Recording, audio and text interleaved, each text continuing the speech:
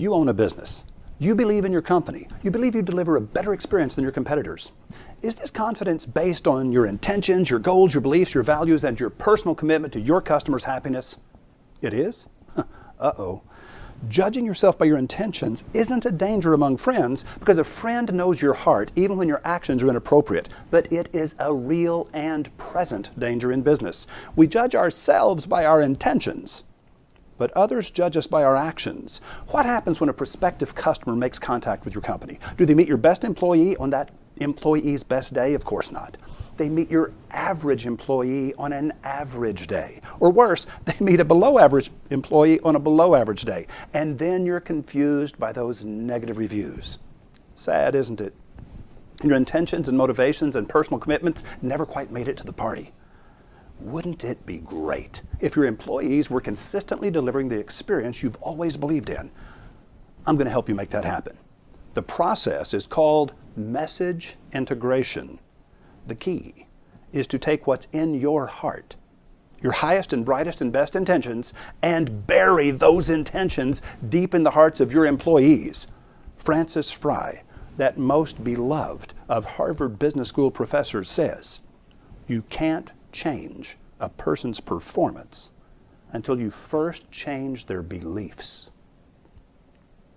You can't change a person's performance until you first change their beliefs. Simon Sinek, in that most popular of all TED Talks, says, people don't buy what you do, they buy why you do it. And what you do simply proves what you believe. In fact, people will do things that they believe. Let's contrast for just a moment. He talks about why you do it. And then he says, what you do simply proves what you believe. There you go. Simon Sinek agrees with Francis Fry, and I agree with both of them. I'll bet you do too. Yet, most of the people I've met who adored that Simon Sinek TED Talk did exactly the wrong thing at the end of those magical 18 minutes. They drew concentric circles, pointed to the one in the middle, and said, we've got to start with why. Everybody makes that mistake. I believe it's a mistake. And every one of those fine people walked away from that exercise with something that felt like a fuzzy and ambiguous unique selling proposition, or worse, a high-tone mission statement filled with words like honesty, integrity, and value. Today I'm going to tell you how to successfully implement the advice of Francis Fry and Simon Sinek. It really is a marvelous technique, astoundingly simple, embarrassingly simple. And Simon gave it to us. We just weren't paying attention. Now, chances are you're going to replace all the content on your About Us page with the results of this exercise. And that will be the smallest and least important of its uses. This is part one. An imaginary character, Maggie Tufu, in a book called The Engines of God, says, show me what a people admire, and I'll tell you everything about them that matters. Now listen, if others like what we like, and if they believe what we believe, it is likely they will bond with us. Phoenix, Arizona, Gettle Heating and Air Conditioning. Here's the thing that I did. My client, a brilliant guy, Ken Goodrich, is always saying things, I'm scribbling them down. And he's one of those guys that just says what's on his mind and in his heart, and he just kind of blurts it out. And every once in a while he'll say something I've never heard anybody in that category say before. And he's very, very, very fixated on the performance of the technicians, because he grew up from the time he was a little boy as an actual air conditioner technician helping his father from the age of about 11 and holding the flashlight at night. And so one day I said, Ken, we need to get your people together, and you need to have them recite this like it's the Pledge of Allegiance. And they need to hear themselves say it out loud every day. And these are the standards by which you judge your company. And they need to hear these words come out of their mouths as a daily ritual. Here's why. Ritual is the language of symbol plus the language of motion. Those are two separate languages in the mind. It's my own personal theory, but I believe there are 12 languages of the mind. Symbol is a language. Motion is a language. Symbol plus motion equals ritual. A ritual drives culture, the culture of a company, deep into the heart of its employees. And as a daily ritual to gather and recite what we believe. And I said, Ken, I'm saying back to you the things you've said to me. We believe in showing up on time. We believe in doing what's right, not what's easy. We believe in super sealing the air ducts because no one needs to air condition their attic. We believe in eliminating every squeak, rattle, and hum because if you don't, bigger problems will come. We believe air conditioning should be quiet. We believe in replacing every screw, even the ones other people left out, so that we can tighten the unit up like new.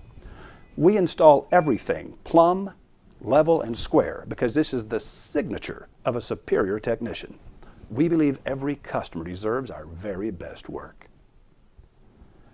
The goal of this We Believe exercise is to demonstrate integrity rather than just say the word integrity.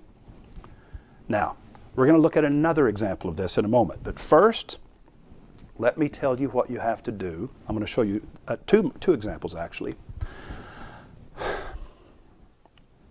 The temptation when you take a piece of paper and down the left-hand side of that piece of paper write the words we believe, we believe, we believe. Just stack them vertically over the top of each other and then finish those sentences. But I want you to make these things that are observable by a witnessing third party. So if you say we believe in honesty, can a person watching tell if you're actually doing that? They really can't. If you say we believe in integrity, can a person watching actually tell if you're doing the thing that you said? But if you believe in replacing every screw, even the ones the previous repair people left out, even the ones when they're putting back the shroud on the air conditioner outdoors and you know, they only put half the screws back in because it holds it together, that's a horrible mistake according to Ken Goodrich, because he says those little vibrations, that vibrating shroud, he says it sends these shock waves through the system and it destroys components, particularly the electrical components. And he says it needs to be all tightened up like brand new. And so most of the time, people that work on air conditioners, they leave out some of the screws because they're difficult to get to, or it was rusted, or they, you know, stripped the head or something. They just leave it out. They put in enough to hold it together. And he goes, no, we never do that. We have extra screws. We replace every screw, make sure every hole is tightened up. Even if other people left them out before, we want to make sure it's right. And I'm saying, you know what? People bond with these things that you say, you believe, if it's the kind of thing that they can see in their imagination and they can actually witness. Are they doing that thing they said? Are they doing it? This is about the verbs. It's not about your intentions. It's not about your philosophies. It's about your activities and your actions so that a person can hold themselves accountable. When your employees hear themselves say this every morning, this mantra, this is how we roll, this is who we are. We believe this, we believe this, we believe this. Now in this next exercise, I'm going to show you. And by the way, if you get your people together and you shoot a video and you go ahead and edit the thing together so it's a crossfade, and so a different person is making each statement. And one person says, we believe, and it's the owner. And then another person is there saying, we believe this other thing. Another person is there saying, we believe this other thing. And you just put that video on your About Us page. But it's no longer called About Us. It's called We Believe. Now, Simon Sinek actually taught us this. But because we saw him draw those circles, and because the middle circle said why, everybody said, we've got to start with why. And they remembered the diagram. But if you listen to the rest of that marvelous presentation, the one that was at Puget Sound, the TEDx thing, he's up to like an astounding number of millions of views. If you pay close attention to the rest of it, when he gives examples, it's always about we believe, what we believe. He never again really talks about the why. That's just something to put in the middle circle. How do you demonstrate the why? By telling people what you believe. And when they believe what you believe, you're home free. This is how you implement. This is how you reconcile intentions and motives with actions. It's how you reconcile it. Now, I'm going to show you the mistake most people make. They get very ambiguous, a little bit fuzzy, and they get very, very, very wordy, and it becomes across as preachy. Now go ahead, have your people write down the stuff, write down your own, go through this exercise, write down this is who we are and what we believe. But this is what you're going to see. Now I'm going to show you what a really brilliant woman sent over, somebody I adore. Been working with them for many, many years. They've grown marvelously, and we're very proud of them. And she's far better than most. And they sell skis and snowboards in a mountainous area, and they live it. This team of owners has been doing it literally together for decades. So let's go into the mountains now, into the snow, and let's look at what most people would say, and then how you have to rephrase it to really capture a "we believe" proclamation. We believe that everyone should be greeted and offered our assistance to help them find what they're looking for when they come into our stores. We believe in helping people find exactly what they're looking for. We believe that our stores should be well-staffed with knowledgeable, trained sales staff at all times, as our customers' time is valuable. Now see, that sounds like a sermon. Here's what you really want to say. We believe your time is valuable. We believe in helping people find exactly what they're looking for. We believe your time is valuable. We believe that you should not spend your hard-earned money on clothes or equipment that is not of good quality, not of your size, or not for your ability. We believe low-quality products are never a good value. We believe that you should get the right product for the right price, and if that is not the case, that we should refund your purchase or make it right. We believe in giving you back your money when something's not right and we can't fix it. So what do we have so far? We believe in helping people find exactly what they're looking for. We believe your time is valuable. We believe low-quality products are never a good value. We believe in giving you back your money when something's not right and we can't fix it. Now listen, you're probably going to write something like this. We believe that a freshly waxed, well-tuned ski or snowboard will allow you to have a much better day on the hill. But what you need to have written is this. We believe the hill is more fun when your stuff is waxed and tuned. We believe that you do not have to be cold in the winter. Now that only has 2 or 3 words that are unnecessary. We believe you don't have to be cold in winter. Take out the word that and the. That you don't have to be cold, and the winter. We believe you don't have to be cold in winter. We believe that everyone has an inner child that delights in playing in the snow. Now that's very indirect. We believe you have an inner child that wants to play in the snow. We believe that fresh air, getting outside, and playing in the snow is good for the emotional and physical health of you and your family. Too many words. We believe that being outdoors is good for you. We believe that dollar for dollar, there's not a better outdoor winter sport than wah, wah, wah, wah, wah. Now guys, this is ad speak 101. We don't want ad speak, we want beliefs. We believe in slippery hillsides and gravity. Now, listen. When you have those kinds of lines, we believe in slippery hillsides and gravity. People can see slippery hillsides in their mind, right? And they can imagine what happens when you put a slippery hillside together with gravity. And it's a very engaging visual image. It's a very engaging mental image. This is what you have to craft in your we believe statements. Remember what I said? If a third party could observe, are you doing the thing you said you believed? Are you doing things on slippery hillsides with gravity? Are you being outdoors? Are you playing in the snow? We believe that people feel better and are happier when they go to the mountains and play. No, that's what you're going to write, but then you're going to need to edit it to say something like this. We believe you'd be happier if you played more. We believe that children outgrow their gear before they outuse it. So we have a guaranteed trade-in program to make sure they are in the right size equipment to do well and to take some of the financial hit from their parents. Now this is a store policy, obviously, and it's a good store policy. But it's wordy and it sounds like a sales pitch. So what are we going to turn it into? We believe in letting you trade your stuff in when you outgrow it. We believe that anyone can learn to ski or snowboard if they're in the right gear and are with the right people. That becomes this. We believe anyone can learn to ski, even you. And we believe you were born to snowboard. The end. Now, if you have a website and the nav button said, "We believe," it's going to get more clicks than "About Us," trust me. And if there's a video, no text. Now, if you wanted to list your "We believe" statements, that's okay.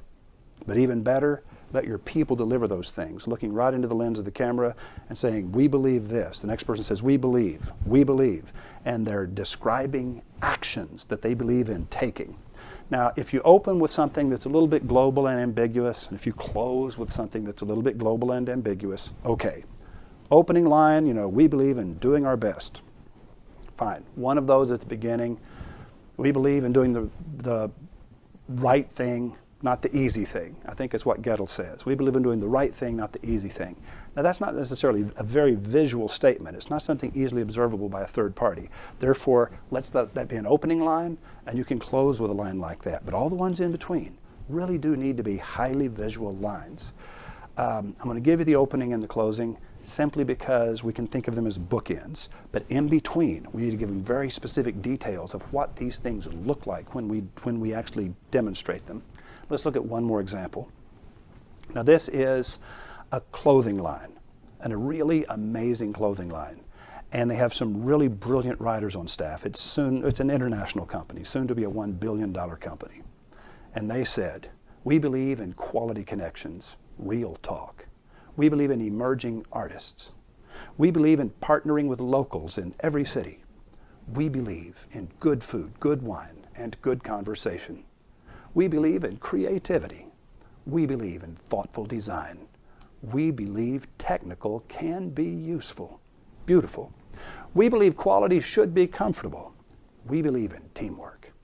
We believe in pushing away old boundaries and creating new ones. We believe things should be there when you need them. We believe in doing what we say. We believe in audacious goals. We believe you can build your rocket ship while you're flying it. We believe in asking for forgiveness when we screw up. We believe you should be able to wear the same clothes to work you wore on your bicycle commute. We believe in a morning workout every day, in or out of the bedroom. We believe it's 5 o'clock somewhere. We believe in purple coffee. We believe in being intentional. We believe in owning the course of your life. We believe Mondays are as good as any other day. We believe in having less but better stuff. We believe in putting yourself out there, even when it scares you. We believe what you are doing is valuable. We believe you can do big things. We believe life is too short for bad coffee. Now, there are the owners of the company. You're going to see a lot more of them in the future. And here's what I'd like to close with. Knowing nothing except what they believe, don't you feel more of a connection? You don't know the name of the company, but you know what they value. You know what they admire. You know what they strive for. Do you know what makes their heart go pitter-pat? And whenever you know what people believe, you instinctively know their why. Don't try to find the why. Articulate your beliefs. Say, "For these things we stand. These are the things we believe in." And whenever you say, "This is who we are," and your people articulate it daily, you have to read it out loud every day as a group. If they hear themselves say it, it will become permanent in their heart. I told you it was a simple technique, embarrassingly simple. Not my technology, it's the technology of Simon Sinek. Let's not forget that. I just want to correct what I think is the implementation flaw in that amazing, amazing TED Talk. Thanks for hanging with us.